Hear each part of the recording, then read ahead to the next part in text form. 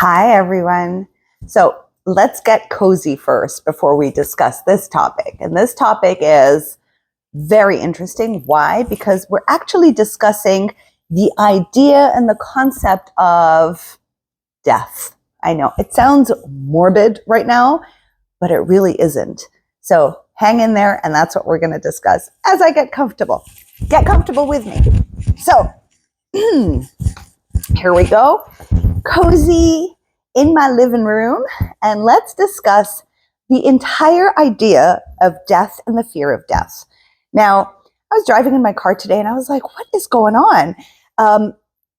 I saw some people walking, and they were like in a religious attire, and I was like, and then it dawned on me, or like what I heard deeply is, okay, so fear of death. Everyone is like everyone is trying to dodge death. It's like death is this creepy, freaky thing that everyone is trying to avoid. And most of the time we forget that it exists, although everything and everyone around us dies consistently.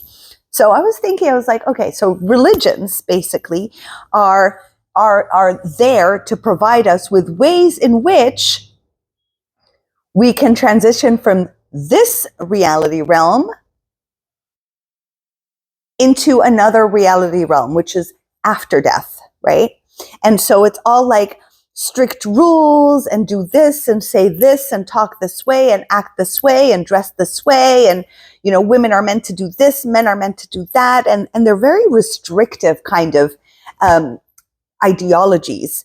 And I'm not saying there's anything wrong with religions. Well, it depends what perspective you're looking at them. But in general, religions are there to like help everyone understand that there is something beyond this earthly realm, that there's something more that they can do, that there's somewhere else that they're going to be. And this is only a short momentary experience we're experiencing for something larger than ourselves, to become larger than our humanness, right? To expand outside of our humanness and learn how to come back home to source, to our divinity, to remember who we are. This is like the earthly experience. This is what most religions like touch base on to get you into that place. Now, some religions have crazy rules, some don't as much, but in general, there's this whole like rules on how to live here.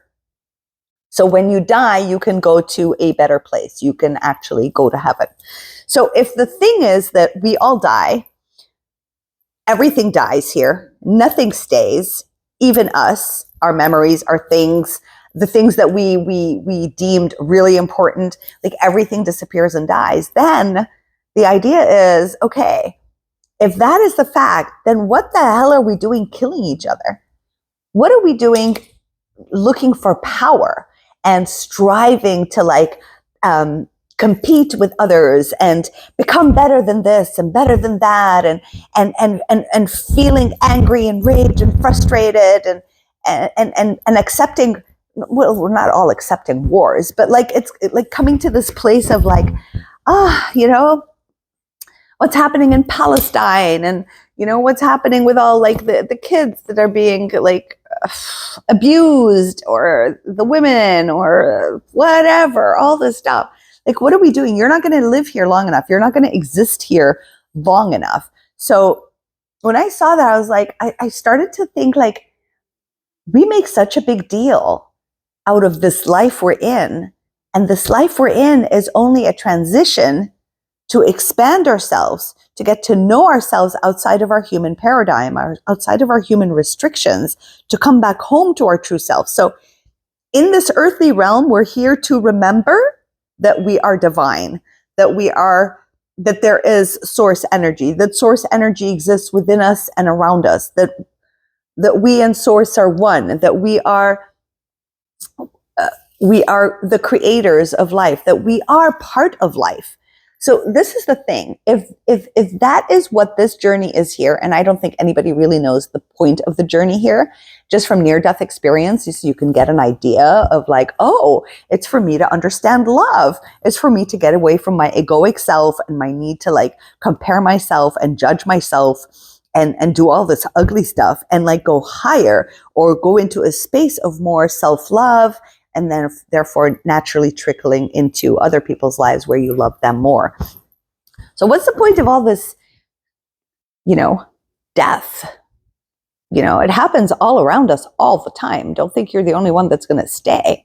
But this need for power and hunger and, fighting for your land and saying, this is my property, my land, you're not allowed in here. And then the other one's coming and invading it and taking it over and killing people in the process. Like, it's all just insanity. And nobody stays. That's the thing. You're not going to be here. Nobody stays here long enough to see in 200 years how it's going to look like, right? You're going to leave the planet. So why not be nice to others? And with religions, why take it so strict? Why make it why push it down other people's throats? Why does every religion in competition with every other religion trying to say my religion is right? Right? Like, it doesn't even make sense. The place in which humans have gotten to, it's become so competitive. My way is the best way. Your way is worse than mine. Let me prove to you my way is better. Let me prove to you that the religious things that were said, like, I don't know how many hundreds of years ago, are true. Let me prove to you that my way is the right way. Like, come on, there is no right or wrong way of doing things or believing in source. The only, I believe, right way is, how can you self-love? How can you treat yourself with kindness inside? How can you recognize within you, oh, I'm feeling jealousy here. Oh, I'm competing here. Oh, I feel lack. Oh, I feel terrified. Oh, I feel fear. Oh my God, I feel like neglected. I feel I don't matter. This is what you work on. It has nothing to do with religions at all, right? It has nothing to do with like following so that you can go to heaven or hell. Like, that never made sense to me. It never made sense to me. Like, God created me and put me here and deleted my memory of everything, where I came from, where I'm going, nothing. I have no memory. Okay. And what I have to remember is that I'm connected to something larger than life, larger than this life, so to the infinite, to universal wisdom. That's what and that memory is the only thing that I have inside, that we all have inside our bodies, that the ego and the human version of us keeps clouding with our thoughts and our anger and our rage and our like despair and like comparison and all this stuff, this power driven egoic stuff, but we hear it every once in a while. It shows up. We know it. We know there's something more. We all look for this something more. From the day we're born, we're looking for source. We're looking for that unconditional love that we've tasted. You can't look for something that you haven't tasted before, right? You can't look for something that the whole world is looking for unconditional love. The whole world is looking for somebody to unconditionally love them. Why? Because we've tried it. We know what we're looking for. The soul knows that that is what we're striving for, to only discover that we can only give it to ourselves. We can't look at it and find it within others. We can look at within ourselves, and then that will mirror others to reflect that towards us. But to think that it all is about religion and like you have to please God here, you have to be good to God so that God can reward you and award you in the hereafter and give you that house and palace and women or whatever religion you're in that's saying this stuff. That's just crazy talk.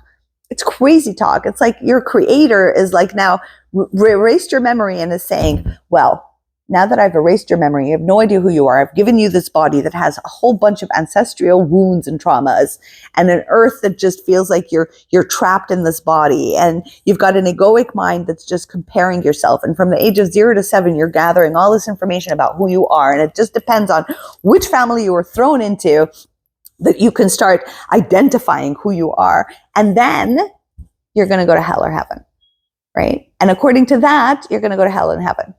Well, that just doesn't seem like a loving God. It doesn't sound like an unconditionally loving God, or someone like divine, the creator of this wonderland that we live in, these trees and birds and clouds and beauty. Like, that just sounds like a narcissistic maniac, right? Does not sound like source, does not sound like love, does not sound like light, does not sound like somebody who truly loves us and has our back. And the minute we ask for something, it happens. It's a complete opposite of that, right?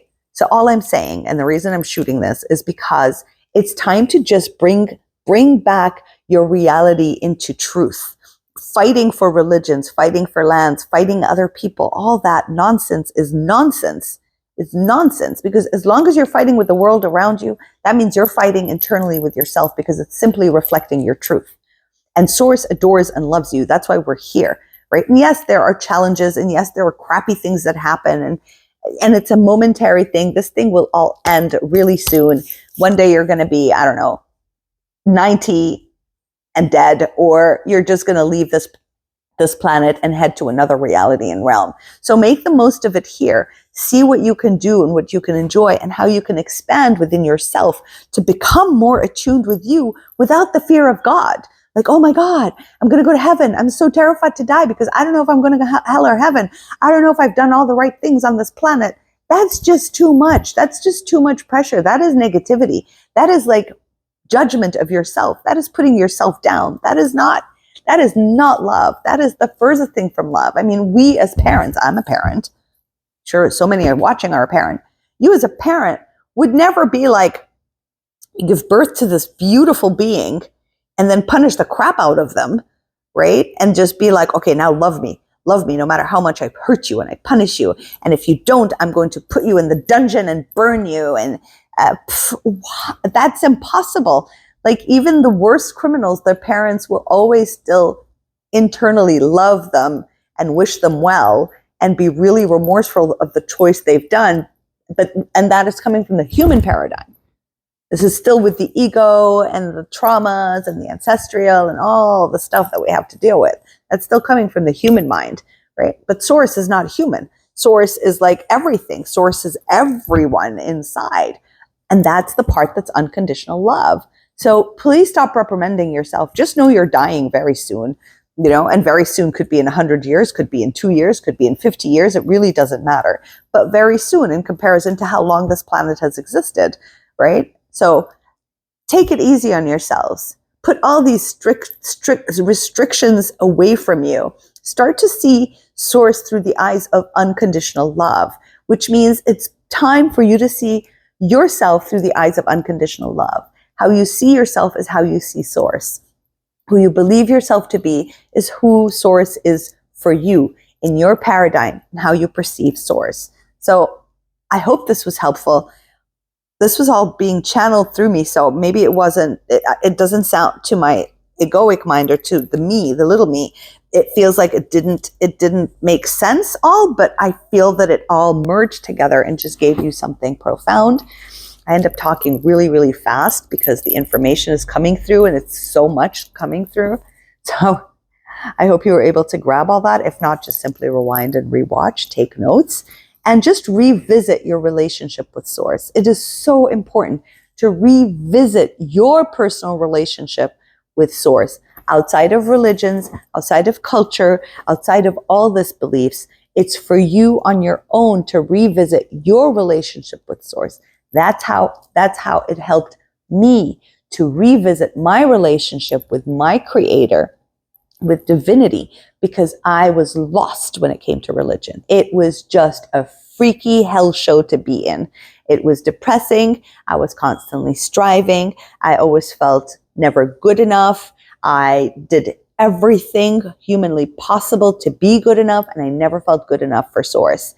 And I said, this doesn't work for me. This just makes me feel always terrible about who I am and my life, terrified of source, terrified of death, terrified of my life. And I found another way, right? Another way. And in all religions also, they tell you it's your personal relationship to source that matters the most. And I think most religions also say, how you see me is who I am. So shift your perception of source, shift it into unconditional love. And not unconditional love means I don't have to jump through hoops for source to love me and for me to be kind to myself. Okay? I just have to be more of me here. I have to remember more of my soul here so that I can connect to my divinity through unconditional love, because the more I feel it towards myself, my life, and my environment, the more I can offer it to others to also feel the power of Source. So I hope you enjoyed this. Take care of yourselves. Don't forget to subscribe, hit the like button, leave your comments at the bottom. Kind comments only. I don't accept unkind comments. Kind comments, generous comments. If you don't have something nice to say, please don't say it. I really don't want to read it, and I don't care. And most importantly, I have also a podcast that I will encourage you to go look at and enjoy. It's called Expand with Mel and Rain. I will leave it in the comments and the description below for you to click on it, go to our podcast, share your insights, give us your questions. It is an amazing podcast. We just launched it. You're going to love every bit of it. You're going to expand beyond your expectations, beyond this spiritual awakening realm that the 3D now has taken over. And we're going to go above and beyond that in a more spiritual, more refined way, where it's easier, it's more fun, it's insightful, and you'll get a lot of information. I love you all. Take care of yourselves. And I bid you adieu.